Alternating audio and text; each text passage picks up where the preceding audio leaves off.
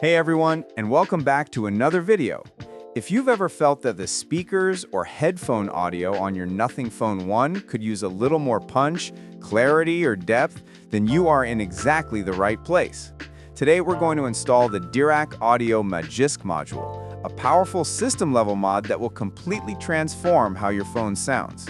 Before we get our hands dirty, let's quickly run through the requirements. Alrighty, let's get started. The very first thing you'll want to do is grab the module file. I've placed the direct link for you in the video description below. Go ahead, pause the video if you need to, and get that zip file downloaded right onto your phone's internal storage. Okay, file downloaded? Perfect. Now let's head over to our root management app. Open up either Magisk or KSU from your app drawer. Once you're in, look for the Modules section. It's usually located on the bottom navigation bar. Tap on it. At the top of the module's screen, you'll see a button that says Install from Storage. Give that a tap, and then use the File Manager to navigate to your Downloads folder. Select the Dirac module zip file you just saved. The app will immediately start flashing the module. You'll know it's finished when you see a Done message at the very bottom.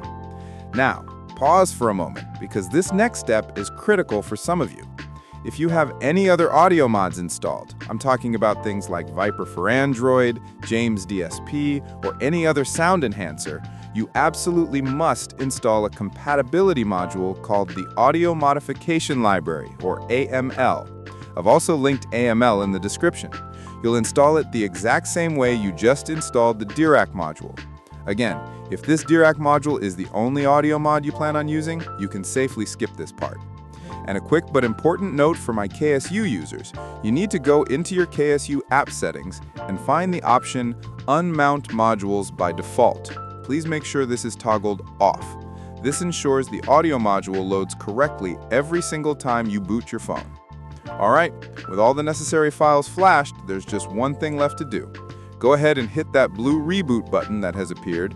Let me know how it sounds for you in the comments below. Thanks for watching, and I'll catch you in the next one.